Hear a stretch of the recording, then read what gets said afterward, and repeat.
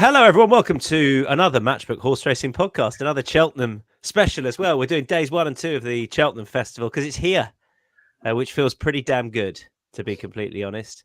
And we know what's lining up for definite now on Tuesday and Wednesday. No major surprises. The odd one if you fancy Pharaoh Bamboo, but we'll get over that just. Otherwise, I think we all know what's. We've got all our selections lined up. We've got an excellent team assembled for you: Ed Quigley, Micheál, Deasy, and Charlie Poste to guide you through days 1 and 2. Incidentally, there will be a days 3 and 4 podcast that'll be coming your way on Wednesday morning, when we'll have only had one day of the Cheltenham Festival. But all eyes on tomorrow initially.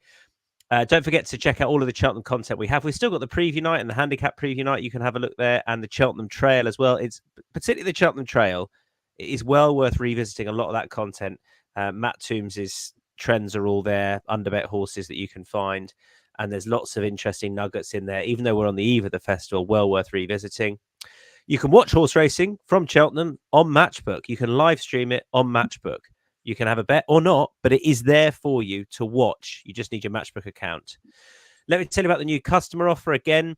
It's £50 if you back State Man to win the Champion Hurdle, and you get money back as a free bet if it loses.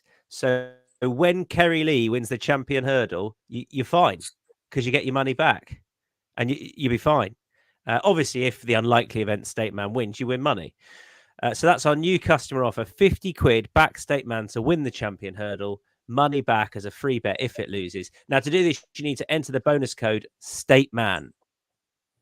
18 plus, BeGambleAware. State Man's all in capitals as well. Back State Man to win the Champion Hurdle. I didn't get to see anyone's faces when I made the Kerry Lee joke. No, modest laughs. Nothing really. Maybe it'll happen. Stranger things have happened. Right, day 1. Should we get going? DC, going to come to you first. Supreme Novices Hurdle. They've just about sorted themselves out at the top of the betting with Tully Hill at the top of it. I've come down on him.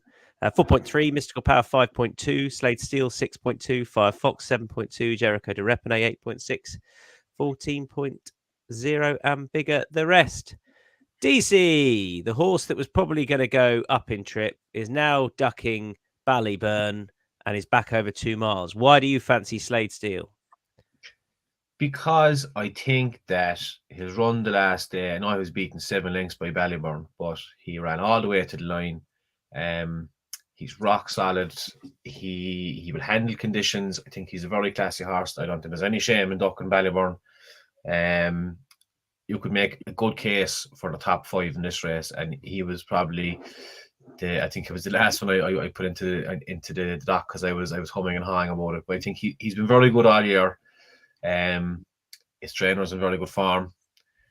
I just really rate his. I watched back again the race behind Ballyburn, and he was just, he was right there. He was right there. He was just put in his place by an exceptional horse. But I think that he has loads in his favour tomorrow, and he's a nice price as well. He's 6.2. Wouldn't be massively strong and putting the house on him, but I can see him running a big race, and I could see him winning it easily. Yeah. Okay, that's Slade Steel. Charlie Poste. Yeah, I mean, look, first and foremost, I'll be very much a Tully Hill supporter as well. I think he's got an obvious chance. I think there's a lot of discussion in all the previews we've done about it sort of suited Willie Mullins, spitting him and Ballyburn up. Paul Townend can ride them both. I just ended up coming down with Jericho de Repene. So Dees has gone for a trainer in form. I've gone for a trainer definitely not in form. But I kind of feel like we've been here before with Henderson going into the festival, and he just is a master at getting these horses to win at this meeting. This horse, apart from the trainer form, has the profile. He's won his last 3 starts. He beat Lump Sum on his latest one, who then went and won a graded race at Kenton. He's in theory the JP second string, but again, there was no way Mark Walsh wasn't going to ride Willie Mullins' horse. I couldn't see it. I just think, the Henderson Yard has taken this out 3 times in the last 10 years. And just at his price, I think he's 8.0. I just thought I could back him win in place. And he's a classy individual that probably, because of the form of the yard, is a couple of points bigger than he possibly should be. Okay, I've got two horses on side here. I want to have Tully Hill on side. I've been sort of avoiding him up until this point. Because this sounds like trumpet blowing, and it sort of is. But on the Cheltenham Trail, I did put the horse up at a whopping price before he'd run, with the view that Ballyburn would go up in trip. And then because that was a big old price, I thought, well, I'm not going to touch him at anything like this. And I actually wasn't overly impressed with his jumping anyway last time. And then I've looked at the final field, and I just think he should be clear favourite. I feel like I can pick holes in the rest pretty easily. I am absolutely jury out on Mystical Power in a fairly large way. I just don't know how he's going to handle this occasion. Slade Hood on for the first time as well, Tom. Yeah, I can't be a positive. No, worked for Jeski. It did work. Yeah. When was that in the Champion or the Supreme? Yeah, in the Champion. Yeah. Because Jessica Harrington, I remember, say he blew his lid the year before. And they put the old hood on. That used to be that was the hipster option, wasn't it? First time hood about 5 years ago, and now you say it's a punting negative. Anyway, sorry, interrupting. No, that's fine. I like that. Keep it coming. Go on, Dees. Willie Mullins doesn't really put headgear on unless he really, really has to. I think it's all as a last resort. There's not many of his horses running headgear. He's 0 from 10 in a first time hood at the Cheltenham Festival. I don't think there's huge substance in that, because he's, there'll be a lot of shithouse horses he's put a hood on, whereas this is a proper animal, if you know what I mean. Gaelic Warrior definitely fits the shithouse bill. But I don't know. I don't see it as a positive. Anyway, I do think Slade Steel. If you haven't won your last start coming in here, it tends to go to horses that have, and then I'm just using that to suit my case. But I think I watched him back last time, and actually, the further the race progressed, the better he jumped. I think he's the A team, isn't he? And maybe there's not a huge amount between him and Ballyburn at what they do at home. Maybe. So 4.0. My crazy shout is Kings Hill for the Gilligans at 101.0. I'll back him 75% in the place market. And then in the win market as well. Like Mullins is running some strange horses in here. Gold Dancer, Super Sunday. I can just let them run. Maybe they'd be really good, but on what Kings Hill has achieved, I think he should be shorter than those, and he's not. He's been priced up on his debut, where frankly he wasn't trying. It's as simple as that. He cruised around mid division and hardly was not asked a question. He was beaten 29 lengths. But then he ran a lot better at Leopardstown last time, where he could have done with more pace. He was keen, but he ran on really encouragingly. And then he was actually sent off to go and win his race last time, and he did so nicely. He's progressing. The no flies on him form puts him away off Tully Hill, I know. But, we don't know where he would have finished behind Firefox if he'd have tried on his debut. He could have got a lot closer. And I just thought he'd been priced up on that debut run. If they go hard here, he'll settle. He handles cutting the ground, and I think he'll be ridden to pick up pieces. And I just wonder if I can get him in the 3 at that price. So that was my theory on Kings Hill. All right, the Arkle. Let's have a look at the prices for the Arkle, which is actually a pretty good. I think it's one of the more interesting renewals we've had of late, because there's a fair bit of depth to it. For all we don't have Marine Nationale. Right, selections first of all. Then Ed, I will come to you, and I can definitely see the case for this horse. He should get some pace. Yeah, I'm with JPR1 win and place. I thought this could be one for the home team. In a race in a day that's likely to be dominated by the Irish, but I thought it's a kind of beautiful rogues gallery, this, isn't it? The Arkle, obviously the defection of Marine Nationale, his kind of demise has opened this right up. But I just kind of have Gaelic Warrior 8 days a week really in here. I get it. I think on residual class he is, in quote, the best horse in the race, and if this was around Kempton he'd be even money. But there's a lot of ifs, buts, and maybes, and if my aunt had testicles and all that kind of stuff going on here. But, he's run well over hurdles in the past, but has been beaten both occasions, and it's noticeable how much further right he is going over fences. And do I want to back a horse at, 3.0 or there or thereabouts on the basis of, if he clambered over the last time out of the DRF, he'd have been beaten 25 lengths. Just not for me. So essentially, I just think you can start going through them all and you're finding issues with them. You know, Hunter Jean's got a big engine, but he's liable to clout a few. Ilete Thomp's 2 worst runs of his career have come at the Cheltenham Festival. You know, he was a no-show 5th in the Supreme last year, albeit he was a 12-1 Pope the year before in the Triumph, but never really got involved. Found a 50 goes to the right. Quigley, I do respect at 2 miles. And then so by Commonwealth's process elimination, I thought JPR1 was the one who will just run his race. He's a strong traveller.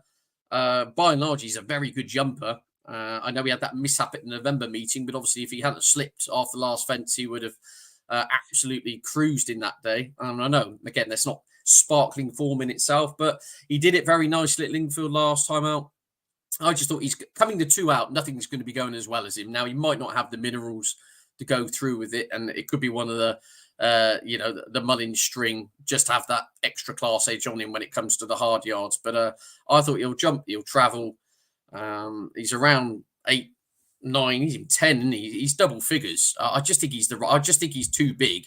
I think there's a little bit of anti-English bias going on here personally, to be twice the price of Ilete Tom, for example. So I think it's a glorious race because you can make a case for pretty much the entire field. I think it'd be really exciting. Wouldn't be surprised if 3 or 4 all-in with chances coming down to the last. But I thought JPR1 with no in-running tomfoolery was the one at least guaranteed to give his race or run his race and would be there as we turned into the home straight. So he gets the win and place nod from me. Okay, DC. Ed says that Ilete Thomas, his worst efforts have come at the Cheltenham Festival. You're sticking with? Yeah, they have. But like, he didn't run terribly bad last year. You know, he finished 5th. I think there was just good horses ahead of him. I think he has improved notably for fences, especially the last day at the DRF. I thought he was incredibly impressive there. I think he ran the races he liked and just picked them up and went away from it home straight. His jumping is good. I wouldn't be laying Gaelic Warrior now myself. I could see him surprising people winning this. But I was on Ilete Tom from a long way out, especially after the DRF. I don't see any reason to abandon him now. I think he's just a horse that has improved for fences, and I can see him running a big race here. Can I just ask? Owen says Tom's still buzzing after Goshen won last week. Wasn't that a thing of absolute beauty? Like, just finances aside, obviously I didn't back him because he's a hound of the highest order. But that jumps racing is so good for that. You get an absolute, you get a character like him then going and winning over fences. It was fabulous. Right. He still fell at the last in the Triumph, though, didn't he? Or unseated or whatever. I can't even remember what it was, but it was painful. Charlie, just on, and feel free, anyone else to chip in. I should have come to this at the top, but is everyone working on genuine soft ground? Nothing different, no? I think it'll be... Yeah, definitely, mate. As in, again, like we had, a heap of rain again yesterday. It rained all day. And so I can't see it being starting on anything but soft ground and probably hard work as well. Hard work ground. Small showers Tuesday morning as well, I should just add. So it's not going to quicken up. Agreed. And I think Wednesday it will be dry. I think Wednesday it could be pretty hard work as well. Right, Charlie, you are with Quiglixios. Yeah, Quiglixios for me. I'm against Gaelic Warrior just with the jumping right and all of that sort of jazz. Ilete Tom again, I'm not saying he can't win, but I was just wary because of that Cheltenham Festival form. And Quiglixios, former Triumph Hurdle winner, I thought he looked very good, dropped back down to the minimum trip again. He can be ridden in and around the speed, which I think is a plus in this sort of race. And he looks a really good jumper. I thought he was really solid at 7.0. I'm with Hunter's Yarn just. He's shortened up a little bit, but basically because I feel like I've got unfinished business with the horse because Matt Toombs and I selected this horse when we did the Matchbook Cheltenham Trail, and then it was just after the Willie Mullins Open Day, and he'd come out and said he might not travel. So I changed my mind to Quiglixios. I think Matt looked elsewhere, but hand on heart, we have both, talking about this race, fancied the horse a little way out, and so I'm sort of now cementing my colours to the Hunter's Yarn mast. But I thought what he did last time was impressive. So 6.5, and I couldn't have Gaelic Warrior. It's so interesting that they think Gaelic Warrior is a machine, but he's a kooky one. And if he could just go and blitz him here, but I feel like nobody sensible could possibly back him. So Hunter's Yarn, pour moi, the Ultima, and we have got some fair old prices going. Okay, so Deasy, let's have a look. Meeting the Water 7.6, the Goffer 8.0, Chianti Classico 9.0. I've put that up once already. Trelawn 9.6, Stumptown 11.0. Deasy, you put that up on the handicap preview. You're sticking with that horse. Monbeg Genius is there at 16.5. I'll just start with that horse because for all I have been with Chianti Classico, just looking at the prices and watching last year's renewal, I feel like he could be quite interesting. He wasn't beaten far, obviously, by two incredibly progressive horses last year, Fast or Slow and the subsequent Grand National winner. So I know he's £4 or £5 higher here. I quite like the headgear on for the first time. This race is one of those weird races where first out headgear is a great positive, but nobody really knows why. But he's priced up because he can't win the race because he didn't win it last year. I feel, Dees, if you know what I mean. He's priced up on account of that. And yet I can definitely see him winning it. Yarder having a good year. Yeah, I wasn't too sure he was going to go in this. So we've all been caught was on the short list as well, but I've kind of plumped for Monbeg Genius over him because he ran so well last year. I know that they're probably they said the Grand National is the aim, but if you give the Goffer a chance because he ran so well in the last year, sure you have to give Monbeg Genius a chance because he ran so well in the last year.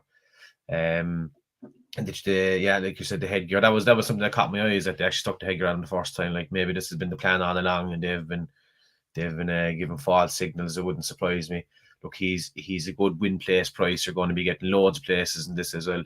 It's hard to see him finishing outside the top 5, 6, or 7, whatever you have. And Stumptown is another one. Look, I made the case for him. I still think that I know he's carrying 11. I know he's carrying a lot of weight, but he I just keep coming back to like, why did he win so easily the last time? Why did they completely burst his handicap mark? He could have got into the Kinmuir. He's a good horse. Gavin Cromwell is a great trainer. He's having a very good year. So I'd have the two of them as my win place bets, and a big shout out to Yvonne McCott as well. He was one I had kind of marked down for the Kinmuir. I thought he might go there. It might be an easier race for him, but he's in here and he's been well punted. He was 12.0 or something this morning, and when I was looking at him now, he's into 10.0. So there's someone back on. He's the first time headgear as well, but I'll be siding with Monbeg Genius and Stumptown.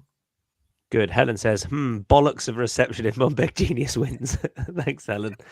Love that, and it's great to have you back following our podcast and chiming in. We thoroughly appreciate it. Welcome along, everyone else, regulars, and Owen and Trevor and Peter are with us as well, and plenty more besides. Charlie, who do you like in the Ultima? Well, I liked Apple Away, to be honest, and I'm disappointed she's now gone elsewhere because I thought she'd had a cracking chance in this race. So I had to re-evaluate, and then again, you came down with Monbeg Genius, Tom. Yeah, I've gone with the Goffer. Listening to Matt Toombs' trends, it's a race where it doesn't always pay to kind of look for value and steer away from the fancied ones. And this horse ran a cracker in it last year, and he gave best sort of after the last. We haven't seen him since October, but I suppose I'm taking that as maybe a positive that he's £2 lower than his big run last year, kept fresh for this. He goes on slow ground, and I just thought he ticked plenty of boxes, So yeah, as in, like I say, the one that I wanted to back is now no longer here. So the Goffer is sort of my second choice. All right, and Ed, who are you with, sir? Yeah, I'm very keen on Trelawn for this, the inverted commas, the second string for the Kim Bailey team. Obviously, Chianti Classico has been lined up for this for a long while. Just irks me the fact he was tailed off in the Albert Bartlett last year. Now, I know horses could run a stinker at Cheltenham and then go on to prove that it wasn't the track. Like Paisley Park, for example, pulled up in the Albert Bartlett, then went on to win the Stayers Hurdle. It was just a case of the race came too soon in that horse's career. And that could have been the case with Chianti Classico, but I think they've got much better claims with Trelawn. Harry Cobden, a nice, as a Trelawn backer, a nice jockey to have for the spare ride there. I think he's also got a lot going for him off 144. Soft ground, all this rain that's arrived will be absolute music to the ears of connections. I think going up to 3 miles, a huge positive here. Hasn't been seen over 3 miles over fences yet. Obviously, did in his hurdles days and looked really smart. And he's got a standout piece of form from Cheltenham's December meeting on the cards, where he was beat 3 lengths by Ginny's Destiny, rated 155. He was up the backside of Grey Dawning, who's the highest rated novice chaser in the country. And he gets an ear off 144. I think he can only improve the trip. All the rain will help. Kim Bailey's only got 2 runners all week, and he runs them both in the same race. Harry Cobden on board. I think he's absolutely rock solid in the win and place market. So, yeah, no, just a very quick shout out, though, for Deasy's we've all been caught kind of angle. I get it, because, again, he's got one standout piece of form in this, where he was up the backside of Broadway Boy and Flooring Porto, 150-plus rated horses, and he gets to run in here off 134 from earlier in the season. He does look very well handicapped on that one piece of form in isolation. And as you said, I think he was about double the price a week ago. He's been heavily punted, and the ground's come in his favour, and he's near the bottom of the weight. So I wouldn't be shocked if he hit the frame, stayed on when others have cried enough. But Trelawn, for me, I think he's pretty much one of my strongest fancies of the week, and I'm hoping he can go well. Okay, Stevie Don says, what pub is Deasy watching the race in? Can I join him? He recognised you in the street having outside the Torment. The Tolman. He followed the rugby, Tolman Park, that's what it's named after. And it might be in the Turner's Cross Tavern on Friday. There you go, the Turner's Cross Tavern on Friday. If anybody wants DC to sign anything, see you there, and I mean anything, he will. He will bring his Sharpie. Right, Champion Hurdle. We've got without markets here. So if you do want to have a bet without State Man, I will be. Dees, you're playing the forecast, sir. The forecast. State. I just confirmed State Man's price. Sorry, I looked away there. For those of you who are listening on the pod, 1.37 for State Man, Irish point 9.2. Go on, Dees. Yeah, look, I like playing forecasts in these kind of races, because I mean it's you get probably a bit more juice than just a without market. I think Irish Point. I know he's coming down and trip and all the rest of it, but I'd say he's just a bit classier than all the rest of them. He'll handle conditions very good the last day. As you said, no, this will take a bit of getting. It was actually between him and Lucia, but she was so bad last year. I'm just not too sure. So I'm just going to go very simple. First man to come first, and a State man to come first. Irish Point to follow home in second. Simple as that. That's the forecast. I'll be having a bet in the without market, and also I'll have a bit on the me in line at 42.0, but it will be predominantly in the place. On ratings, he's not a million miles off these, other than State Man at 151. Like, he's officially a pound inferior to Zarek the Brave, but a bigger price. Better than Lucia, bigger price. Iberico Lord, £9 better horse he is, but he's well over double the price.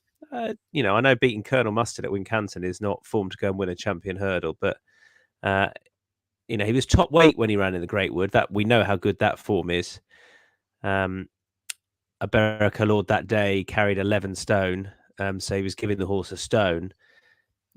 Running here off levels, I think he can beat him. So it was mainly on the price of Iberico Lord. I thought Nemean Lion was just a bit discounted. I know Hendo's a genius, and particularly with the Champion Hurdle horse, but if it's testing, which I think it's going to be, I think this horse can outrun his odds anyway. I think I think they'll approach it smuggling him round, which I think can just be the way to go and get a horse into a place. So that's how I'll play it with Nemean Lion, and I'll back him in the without market as well. I think that's it, right? No other views. No, good. Right, we move on. Mare's Hurdle then. We've got another short price favourite here in the form of Lossiemouth, who's 1.72. Ashra Diamond 1.8. Love Envoi 17.0. Marie's Rock 18.0. 26.0 and bigger thereafter. I'll just come in on Love Envoi at 18.0. Again, I'll back her in the without market and a bit win and place. I like the headgear on her. And again, I feel she's been priced up on account of the defeat to Lossiemouth last time. There's every chance she will look more effective back up in trip.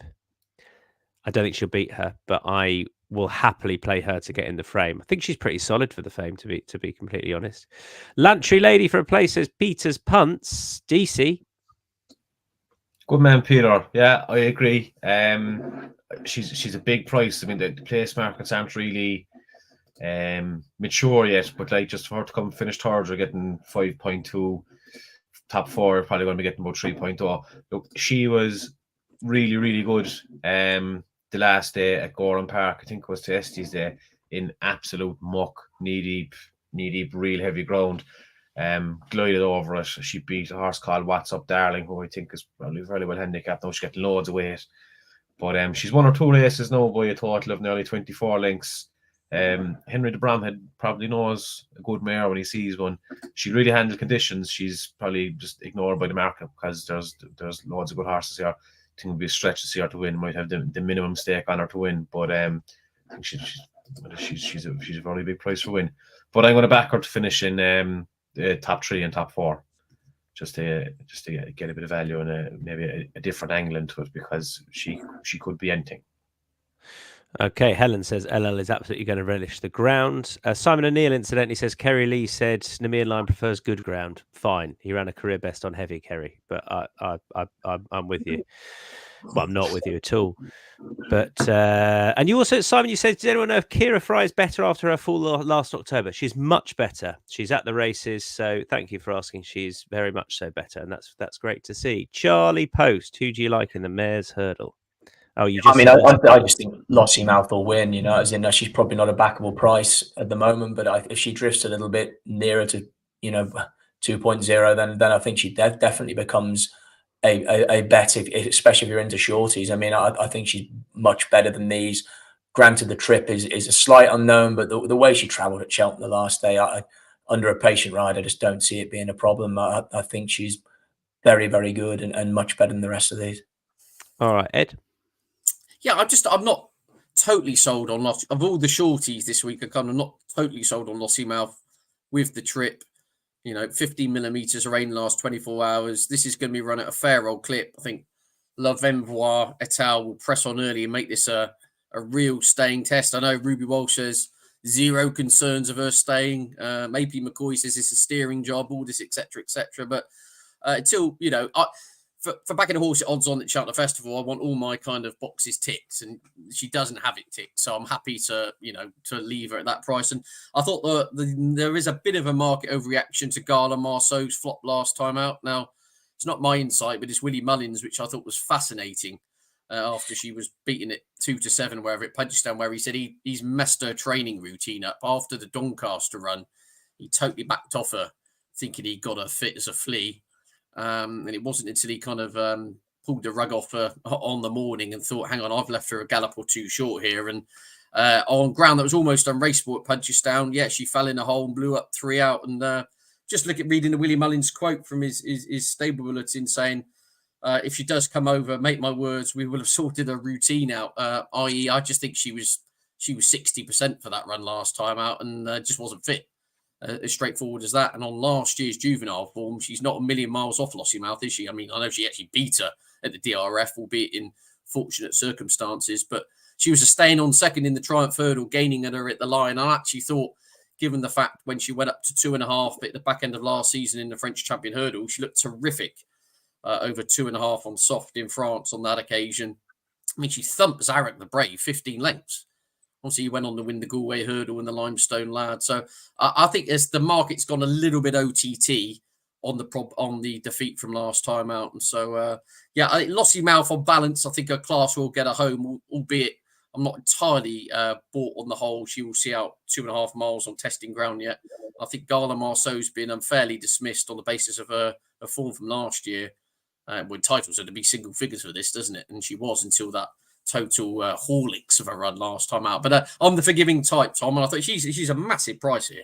She really is. She's touching 30 on the exchange, and I'm very much involved in the win and place markets. It's nice for somebody else to be getting shit about their quiff, Ed, which is great. Helen has written Ed Quiffley. Oh, I've been called a lot worse. Don't worry. I tell you what, because I used to do a lot of running and stay in good shape, and now I've just given up with that. I go for fast food and 3 bottles of Merlot. And Luke Harvey actually called me wide shot Ted on air the other day instead of long shot test. So I thought, you know, I've got to come back with some better quips than this. I need some better insults. I'm taking shots from all angles, boys. To be fair, if Harvey's dishing it out, I mean, it's not. You're not I know, struggling for things to throw back. I couldn't go with the no hair back at him. He's heard that since about 1971. So I thought I'm struggling with insults. Anyway, yeah, moving on. On we go. All abuse to all of us is very welcome, frankly. Right, the Boodles. A couple of shouts got to hit for Bright Legend. My position is that I've already put 2 horses up for it, Nara and just Nara actually. And I did want to give an honourable mention to Declan Rix's shout, Career de Blaze, who's shortened up a good bit now, and I probably will back her on the day, but it's sort of not mine. And yeah, she's shortened up a bit, so I'm swerving officially. You can. I tell you what, you make the case first of all, Ed, for the shortest price we're putting up, Milantino. Yeah, I just thought the really solid one in a race where we all like to try and find the the dark horse in here, and it's very tricky this race, isn't it? You've got all kind of tangible form lines, horses meeting each other on better terms, mainly from clashing in Ireland over the last couple of months. And the birds, I thought Milantino fascinating that. Obviously, Noel George and Mandazetta Holman Connections decided to race this horse exclusively at Cheltenham this year. Clearly, I'd imagine with this race in mind to gain a lot of track experience and track craft. And the form of those defeats at Cheltenham read very well in the context of this. Third behind Sergino. Doesn't look bad form at all, does it? And then previously to that, it's behind Brandon Fazer, who actually runs in this. But obviously, Brandon Fazer's gone on to win again Cheltenham's December meeting since. So I thought there was a lot of robustness to his form. Ground to be absolutely fine. Obviously, Noel George has got something on the handicapper because he got £10 off his French mark, didn't he? From 136 down to 126 for this assignment. And I just thought, in terms of you look at it, kind of 5-6 places, I thought again he guaranteed to run his race, got no problem with the track. Interesting, just Noel George saying he would like a lot of rain for the horse. Well, he's got that, and I'd assume that's why he's tightening up in the market over the last 24 hours. And he'll be a good soft ground chaser in time. I just thought, yeah, he's got the track experience. He's solid. I don't say anyone can be particularly confident in the Boodles, but I'd be disappointed if he couldn't finish in the top 5 or 6 here. I just thought he was a kind of shot to nothing in the winner place market. Charlie and Deasy with Bright Legend. Charlie first. Yeah, but Bright Legend, he's a huge price. He was a decent enough flat horse, won on heavy ground, won a Curragh Maiden. And then, I thought his second run at Punchestown, where he's ridden patiently, was very interesting when he was beat 6.5 lengths by High Wind. Got an aggressive ride the last day when he was outpointed from the back of the last by Eagle Fang with the cheek pieces on for the first time. I just wondered if we might see a change of riding tactics here. I think the horse's handicap mark is very much workable. And again, just listening to the trends of Matt Toombs, obviously this Nace race that he ran in on the 10th of Feb has produced winners, and horses that have been beaten in that race have come out to win the Boodles subsequently. So I thought Bright Legend at his price was very, very interesting. It got to 30.0 winning place for me. Dees. Yeah, very same on Bright Legend. I think they've just campaigned him to get him in here on a nice mark. He was way down the bottom, but he's after sneaking in there now. The way they rode him at Nace, I don't think wasn't to win the race, but it was definitely to get in the top 2 or 3 anyway. He's got a big swing there now with Eagle Fang in the weights. He was 48.0 last week when I put him up in the Handicaps podcast. There's been a little bit of money for him probably since Dex. Again, I can just see him. I want to be on something at a very big price in this, and he was the one I came down. And the other one then was in Dowie. He's at the top of the weights, but I don't think there's any. No, not many of them won races, but the way he won the last day at Nace in a maiden hurdle in a race actually the biker won on the way to finishing second this last year was just incredibly impressive. He said the winning distance was 2.5 lengths, but it would have been 22.5 lengths if he was ridden out. He should go through the ground fine. I'd say he's probably much better than a handicapper, but he's in here now. Jack is on him. Gordon has a great record in the race, so I'll stick with the 2 of them. Win place. Prices as well. That's Bright Legend and Darwy. The National Hunt Chase now. And Corbett's Cross is 3.2. Embassy Gardens is 3.25. Salvador Ziggy 7.4. Apple Away 11.0. As is Kilbeg King 20.0 and bigger the rest. My strongest fancy of the day my best bet of the day, nap if you like, is Corbett's Cross. I think he's ideal for this race. And I thought he'd be clear favourite given the connections, given the fact that Derek O'Connor was on board last time when it wasn't his fault he came down. I still don't think we've seen anything like the best of him, and he seems a bit more tractable than this time last year. 3.15 for me, decent, and he'd be a fairly, I'm fairly excited about him on the day. Yeah, it was a coin flip though between him and Embassy Gardens for me. I know Matt says Embassy Gardens is a dog, but I think he's a much better jumper than Corbett's Cross. There at Christmas, like there was plenty of money went down Corbett's Cross at Christmas and jump around Leopardstone. He hit a few of them. It was really bad. But I think what swung it for me was that the way he made up the ground in the end, like he flew home. This will be running a slower pace. He'll have time to get away with a few bad jumps. And I think he just probably has a bit more class than Embassy Gardens. So that's what swung it for me. Not a huge opinion on the race. They're both sharp prices, but I think he should have enough to win it. And as you said, no, Derek O'Connor I think would be a plus to him. Ed? Yeah, I wasn't totally bought on Corbett's Cross staying the trip and does arrive on the back of a fool. Fool, I think he's, again, inverted commas, the classiest individual. I've gone for a couple of Hail Marys in this. I thought this race could get blown apart. There'd be a lot of pace on it ahead of Affairs, and they're the two I'm kind of siding with. Apple Away, who goes here instead of the Ultra. I actually spoke to Peter Scudamore about this. They just felt the 24 runners of the Ultima might be too much for her. And she might get outpaced over 3 around Cheltenham on the old course. Whereas they look at this 7-runner race with, a favourite who fouled last time out. I think they've just come down. She'll get a nice cut at her fences towards the head of Affairs and should enjoy herself. Won't be found wanting for ground in that sense. She's got lots of form in the mud. Obviously, the trip is an unknown, but she shapes like a thorough stare in my view. So I think she'll go off towards the head of Affairs with what would be probably one of the most poignant winners of the week, wouldn't it? If Mr. Vango won. Now, obviously, for Sarah Bradstock, officially on the trading license after passing of her husband. And this also, I know it was a minor race in context, the Devon National, but it absolutely spread eagled them last time out, won by 2 fences. It was deep ground. I mean, that was over pretty much exactly the same trip as this. A one-trick pony will go forward on soft ground and will gallop. And I thought with him and Apple Away in there, they're going to go for fair old lick. And if it puts any kind of pressure on those jumping in behind, you can have a lot of ground to make up here. I didn't think they were a million in this. I thought they were a bit closer to the market principles than the market would lead you to believe.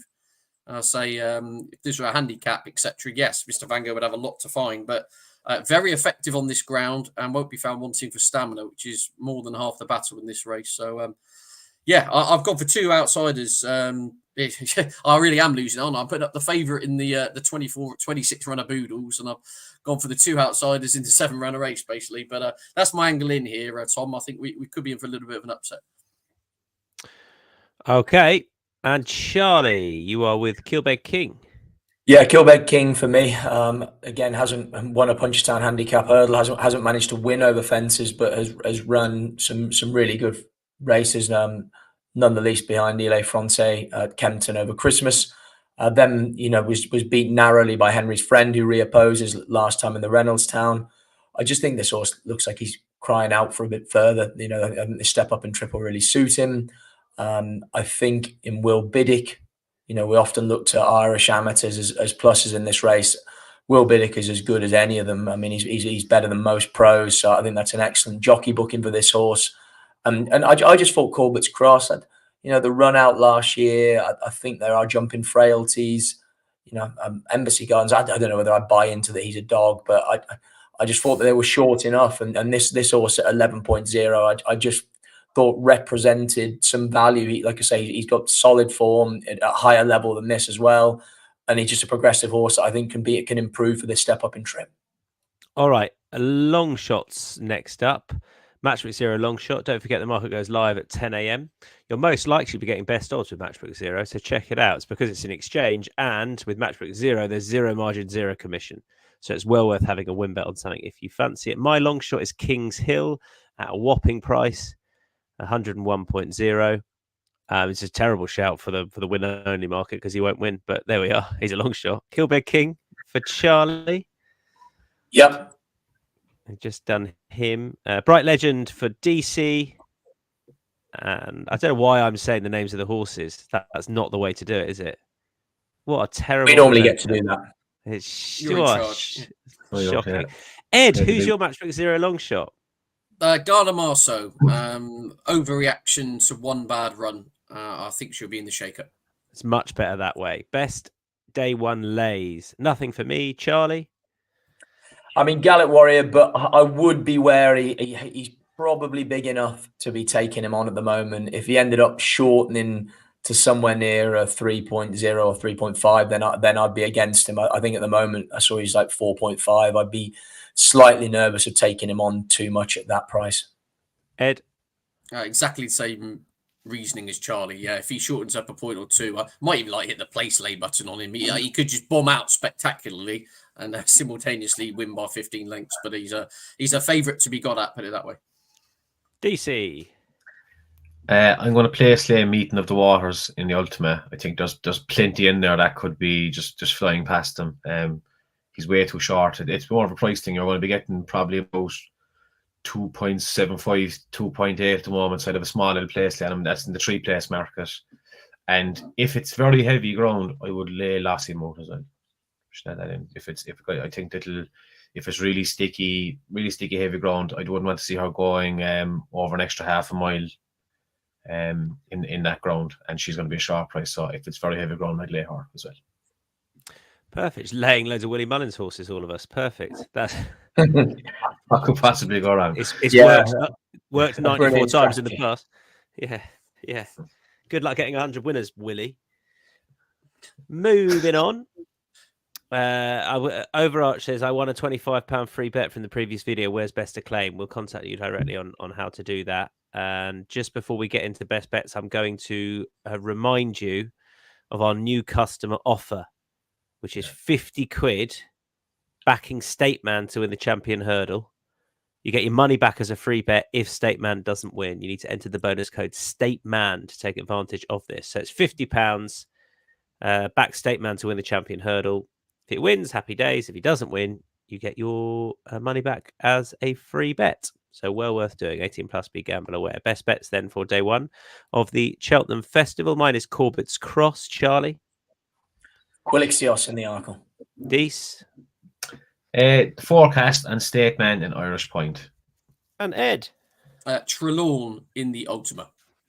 Right, we move on to day two, the Gallagher Novices Hurdle. And we've got obviously Ballyburn, who's a warm order at the top of the betting. I'll confirm that for you very shortly. What exact price Ballyburn is. Charlie and Dease, you've selected Ballyburn. I mean, do you see this horse as a bet? Don't talk about it if not. Just I'm going to say that's a no. I don't see him as a bet. I just think he'll win, mate. Okay, Ballyburn and Charlie. Deasy and Charlie think the horse will win. Ed and I are with handstands as a bet, win and place, and probably without. I feel like he's just a touch underestimated, Ed. Absolutely, yeah. Sydney Banks' form looks half decent, doesn't it? I mean, you can crab Django Bay and say, "Oh, he won a soft grade 1 Aintree and Dire Ground," but what do you want him to do? Like, not win? And he quickened up nicely in bad ground to do it. Harry Cobden's on board. Ben Paulding team. I seem to be on every show flying their flag, but Ben Paulding's got the best bunch of novice hurdlers in from the British trainers by far. And I think that's still not cottoned onto in the markets. Everyone goes mad for the Henderson and the Nichols horses et al. When they're lining up, but telling the name, handstands. He's got that jukebox man, hasn't he? Later on in the week, he got that personal ambition who won at Cal. So he's got a wonderful squad of novice hurdlers, and this handstand really go from strength to strength. And I think he's the most likely to follow Ballyburn home, or for whatever reason Ballyburn fails to deliver. I think he's the kind of forecast angle. So yeah, I think he's definitely in the conversation. And again, I think there's a little bit of anti-English kind of, Ben Paulding isn't Nicky Henderson factored into the price here because, as you say, he's the trainer is having a phenomenal season. He won this race 7 years ago, Willoughby Court, and it's fascinating to hear Ben's insight saying at this stage of the career, he actually thinks Handstands was a better horse than Willoughby Court, and he ended up winning the race. So make of that what you will. So yeah, for me, win and place markets, I think he'll give. Not say a beat Ballyburn, but I think he'll be mentioned by the commentator as they swing into the home straight. Put it that way. Agree. The Brown Advisory next, which, well, I think is probably a bit more competitive. Obviously, you've got Factor File here, next year's Gold Cup horse, depending on what Meet of the Waters does. But I put this horse up as a lay at the weekend, and now I've checked the price, which is verging on even money, and I'm scared. I've gone round in circles. I'm sitting the race out. I actually think he'll probably win now. Factor File, but there you go. We have got some prices though going up. Deasy first of all, the second favourite, Stay Away Faye. Yeah, I just look. There's so much about Stay Away Faye that just screams that he's the right kind of horse for this race. He won the Bartlett last year. He was very impressive beating Giovinco at the start of the season there at Sandown, heavy ground. He's just a dour stare. Not a fan of Factor. I wouldn't say not a fan of Factor Fight. He could be the next one, all right. But I don't see what in his form makes him odds on for this. And it's actually a great race. I mean, I think they all have a chance. You couldn't rule out any of them really. But it was between Stay Away Faye and Monty Star for me, and I just think Stay Away Faye just has more positives. Just course form is just won very well over. Like if you can stay in heavy ground at Sandown, soft ground at Sandown, you'll be all right at Cheltenham. And he's an all right price. It'll be obviously a win only bet, yeah. But I think he's probably he's underestimated. There's a lot of just hype around Factor File that's making the market for the other ones. So. Just happy enough with Stay Away Faye. Just 6 in it. You're sticking with Monty Star, Charlie? Yeah, I mean, look, again, I think everyone knows I wanted Grey Dawning to run in this race. I thought that was the right race for him, and I'm kind of disappointed that he's going to the Turners. I think, I just agree with Deasy. I think Factor File, look, I'd rather watch him be the second come in than be backing him, because I think on what he has done thus far, he's too short. Monty Star disappointed in the Albert Bartlett last year, but he was a massive, big, scopy horse. Stepped up to 3 miles on slow ground last time. He beat 3-car Bragstow, showed stamina in abundance, a bit like a Stay Away Faye. This race can be a proper test, especially if the ground is going to be riding really slow. And I just wanted one with guaranteed stamina, good jumper, and Monty Star ticked the boxes for me. Bigger price. Dan Overall says Broadway boy. I think he's scoped dirty. So sad times. I know, Dan. Sad times. But there we are. They don't all make it. I feel like I'm actually consoling you. Move into Sandor Clegane at a price. Long shot, Ted. I'm on both the referees here. Yeah, I'm on Giovinco. If we go back to that Sandown run, he jumped and travelled all over Stay Away Faye. Possibly did get outstayed, but he's 10 times the price today. Meeting against that same rival. And weirdly enough, I actually wonder if Stay Away Fair be quick enough for this. As daft as it sounds. Actually, Paul Nicholls alluded to it, saying almost the new course would suit him a lot better. But anyway, so I've backed Giovinco on. I'm usually Stay Away Faye is the kind of the solid barometer to go through, and that brings in Sandor Clegane into this, because you go back to last year's Albert Bartlett. Sandor Clegane got. I mean, look, there are always hard luck stories at Cheltenham, but he was beaten a length in the Albert Bartlett, staying on by Stay Away Faye. There was a fooler at the top of the hill. He nearly got wiped out. He got shuffled back to 1 from last in that Albert Bartlett, if you watch it back. Had to pass pretty much the entire field up the home straight and finish 3rd. Now, obviously, since they've gone over fences, you would say, like to Stay Away Faye, have looked more naturally progressive over the larger obstacles, whereas Sandor Clegane's been more economical in getting from A to B. But I do like Micheál form. Paul Nolan to Shrewdy. He's got the job done here before. And I just thought I think the roughies are live players in here. And using Stay Away Faye as that barometer, you've got 2 horses who are 20s and 30s, who've pretty much ended up the backside of the second favourite in the past. And so I'm on the 2 racks. I think they will massively outrun their odds, and I don't think they're forlorn hopes to win. Okay. Alex says Giovinco Defo here, not Turners. Yes, it seems very much that way. Have we all had a go there? We have, haven't we? Yeah. The Coral Cup, the horse that a few of us wanted to put up but didn't think he was going to get in. Doddy the Great is going up in a few places, and Mai Tai is very popular as well. The horse that was put up by a few of us on our anti-post show. So I will let Charlie make the Doddy the Great case first of all. Yeah, as in, like you say, that all the chat was that he wasn't going to get in. I was keen on him in the previews that we did. He's a really lightly raced 8-year-old, missed a couple of years since he's come back. He's been very progressive, second behind Godante at Cheltenham, which again is form that's been franked from Sandown at the weekend. Don't talk to me about the Imperial Cup. Before running a super race in the Betfair at Newbury, where he stayed on really well to be beat 8.5 lengths by Iberico Lord. You get this step up to 2 mile 5 in the Coral Cup should be absolutely ideal. Trainer has a decent record in this race, Nicky Henderson as well. Fingers crossed the form turns around. And yeah, at 8.0, I thought from a winning place point of view, Doddy the Great was really rock solid. Yes, and he ran very well on the figures last time in the Betfair Hurdle from off it, where he got into a bit of trouble 2 out as well, and then ran on with a good bit of promise. Interestingly, it's a race that a first season hurdler has never won. Matt Toombs gave us that stat, and I thought in my head, well, he won't win, but then remembered he's not a first season hurdler because he had that crafty little run before going off for a little while. So that's just to iron out the fact that he doesn't fit the negative trend, if you like. Mai Tai is my anti-post selection for the race. He's lower than he was last year. Deasy, I know you put him up as well for this race. That form reads pretty well. He actually stayed on okay last time. I think he's soft. He's going to, he's not one to be too confident about because, well, he hasn't won forever and a day. But at the prices, we know that he's a fairly treated horse based upon that run in the boys' race last year. So I think there's loads of reasons to be positive about him going pretty well here. And the cheek pieces seemed over bigger obstacles to help him. So they keep going with them over hurdles, Dees. Yeah, probably the right decision. Again, look, as you said, he ran a cracker last year off top weight and one of the most competitive handicaps of the week. He's off a bit less weight. He should handle conditions.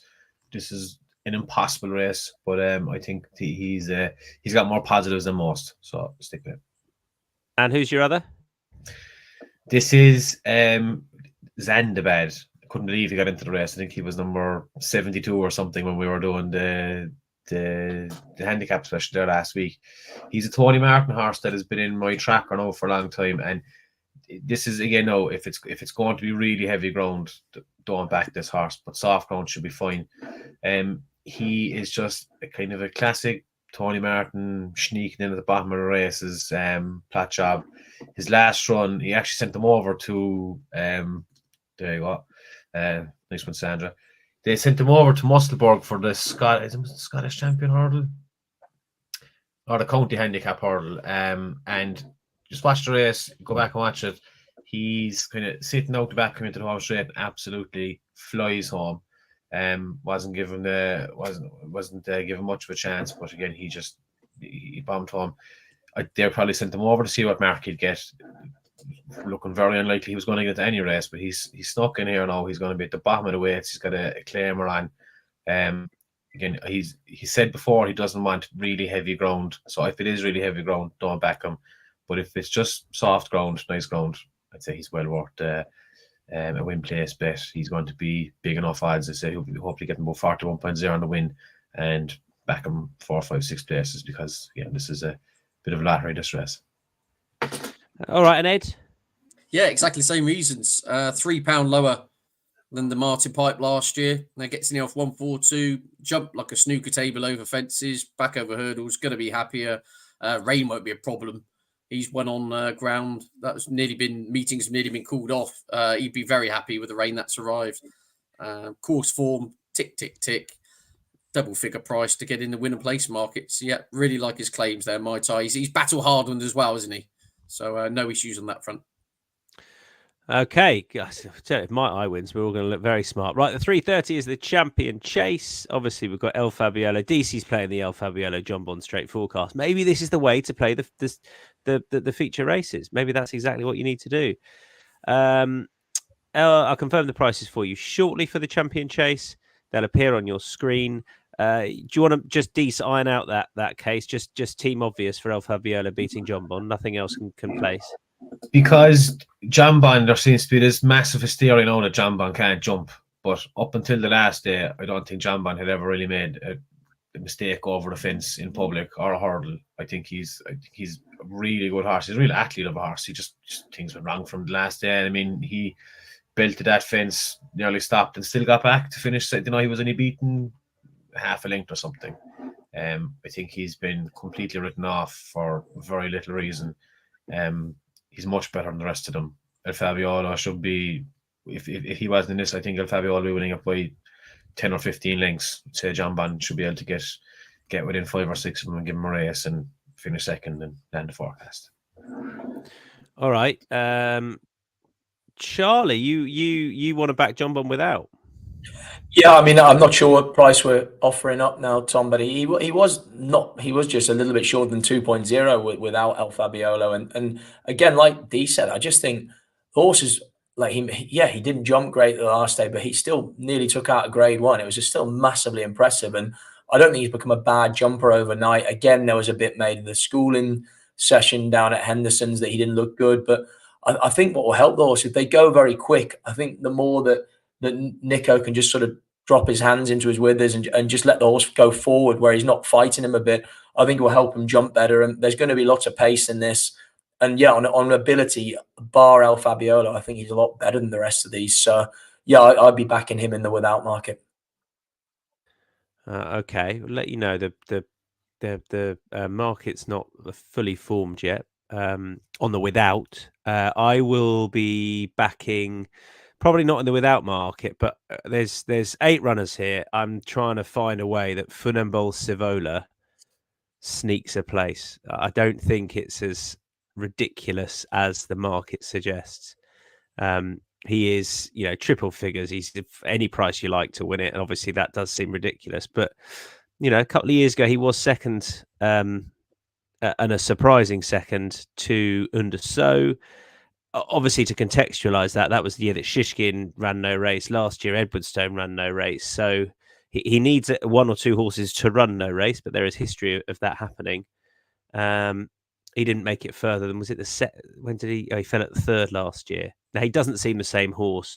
But again, I think like a few years ago, he will be smuggled around on testing ground. And I think that it wouldn't completely stun me if he manages to nick a 3rd, and he's a big old price. Like I'd rather back him at the big prices than I would Elixir de Nuts, who he has beaten before and is way short of having beaten John Bond last time. Gentleman de Me doesn't convince me at this track either. So Funambole Sivola in the place market to nick a place at a massive price. The cross country, I'm a no bet. We are focusing on the top of the markets. Charlie, you can make the case for Delta Work first of all. Yeah, again, just from our trends thing, I think this race has been dominated the last 5 years by the top 2 in the market, and at the prices, I'd just be marginally with Delta Work. Obviously, new headgear combination, the blinkers on for the first time. Won this for the last 2 years, and with these Gordon Elliott horses for this sort of race, that it's all roads lead back to there, and so he's been brought along gently through the winter, and I would imagine, he's definitely going to be primed to peak in this. And I just feel that I just prefer him to Manila Indo. That's what it comes down to. I thought Cocoa Beach was interesting for the same connections, but I'd imagine he's sort of having a sighter to maybe be primed for the one to take over in the next couple of years from Delta Work, as he's 11 now. Incidentally, that is confirmed. John Bond 2.0 for you, Charlie, in the without the favourite markets. I'm sure you'll take that happily. Also with Delta Work is DC. The exact same reasons as Charlie, word for word. He's been there and done it. He handled conditions. He likes the track. Simple as. Borat Shermady, who's, I don't know if that's his real name or not, has just written "Been there and done it." There you are. So that's the case for Delta Work. What about the Indo? Yeah, it was more the unexposed angle, as daft as it sounds, about an 11-year-old. But I totally agree in the sense I've got it between the top 2, and I just wondered. I get it with Down to Work. It's all about today. Just signs earlier on in the year, his power was starting to wane. That was all I was slightly concerned about. Whereas I thought Micheál really took to this discipline, seemed to reinvigorate him, didn't it? Last time out under a huge weight. I mean, look, the cross country is not a race I get particularly deep on. I think I'd almost Dutch the top two versus the field would be the way I'd play it. But marginally with Micheál, of course, a previous Cheltenham Gold Cup winner in a cross country race, he'll do for me. All right, moving on to the Grand Annual. This is the 450. Mine and Matt Toombs' anti-post good thing, not declared for this race. They're going back up in trip, I would imagine, to a race that they didn't win last year and won't win this year because he doesn't stay that far. But never mind, I'm over it. Frero Bombu, is it? Yeah. What is? Drives me mad. He's a horse without a trip, isn't he? He needs the Holden Gold Cup. That's what he needs, like the extended 2 1.5. I totally agree with you. I was on this show and he was my Thursday nap last year in the plate. Yeah, and he came there swinging and fell in a hole. Yeah, well, he'll do the same again this year. But no, that's fine. Good luck to them. I've moved on just about. But never mind. We've got a team steam nonetheless. There's only one horse being put up by 3 of us. Me, Charlie, and Deasy are all going to back Safara because he's going to win. Now, well, I say that. The issue is I put him up last year for the Coral Cup and it all went wrong. So I guess I've got at the back of my mind that horses that run a poor race at the festival don't always follow up, but he did have excuses for that. Charlie, he's just looking so obvious. I'm surprised he's not shorter than 11.0, to be honest. Yeah, I completely agree. I mean, again, the run behind Quigley, who I fancy for the Arc on the last day. Again, even behind Facile Vega, where on his seasonal debut, he was travelling nicely when he tipped up. Granted, he was fortunate when he beat Biker on the next start, but favourite for the county, and not the county, for the Coral last year, had been plotted out for that. I think the mark is very, very workable off 145. He's just got completely unexposed profile coming into this race for a trainer that again has won this contest before, and knows how to plot one out. I just thought, he was the obvious one. And when you look at a couple of the ones shorter than him in the betting that are far more exposed, I'm surprised at the price he is, to be honest. Dees. Yeah, he was one of the biggest gambles of the week last year in the Coral Cup. And I can see him going off much shorter. He was 14.0 last week. We put him up. Money has started to come from. He just looks like another Gordon Elliott plat job in this. Okay, done. That's the Grand Annual sorted. The Champion Bumper. No bet for DC and Ed. Charlie and I have got one. Charlie, first of all, big price. Yeah, just a horse from a personal point of view, Royal Infantry, like we had him here. And then I was listening to Tooms's trends, and I thought, the horse is going to win. He's like, he said you can't come into it off the back of one run. You don't want to be French bred, which he isn't. And I mean, the only thing he didn't win his last bumper by more than 6, but he was very impressive at Doncaster on his first start for the yard. He then won the listed bumper at Newbury travelled strongly, saw the race out well. I think he's about, 34.0. And yeah, there's a bit of sentiment from me backing him a little bit, win and place. But I also, we had a similar horse that we sold at Ankle Third Time Lucky that was placed in this race. And I think this horse would have more obvious credentials for this sort of test than he did. So, look, maybe he's not going to be good enough to beat one of the Mullins horses, but I'd say ridden sensibly, I don't see why this horse couldn't put up a massive run because he definitely has that sort of ability. All right, and I'm just going to flag up a horse in a first-time hood for Willie Mullins, who's a mare, a bit like Relegate, who won this a few years ago. I think we are back to the stage of back a bigger price of the leading yards in this. Or I hope we are anyway.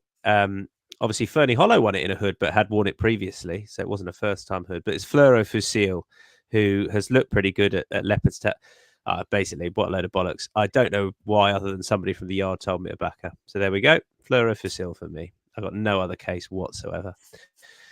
The other thing to mention is Argento Boy. I thought could be interesting. He is a half brother to Briar Hill, who won this race under Ruby Walsh a few years ago at a big price. I'll probably back that horse as well, Argento Boy. But those are my 2 against the field, but mainly Fleur au Fusil, Matchbook 0 long shot. I told you all about Matchbook Zero. Take advantage. You're most likely to get best odds. Mine's Might I, Charlie. My best is Delta Work. Was it a long shot? That long shot. I'm not listening. Sorry. Right. My long shot, Safira. See, I think we're just about sneaking there. It is better when I say the name of the horse, right? Much better. It is, yeah. Jesus. Yeah. DC. Zandabad, Tony Martin special in the Coral Cup. Ed. Long shot, Sandal Clegane to win the Brown Advisory.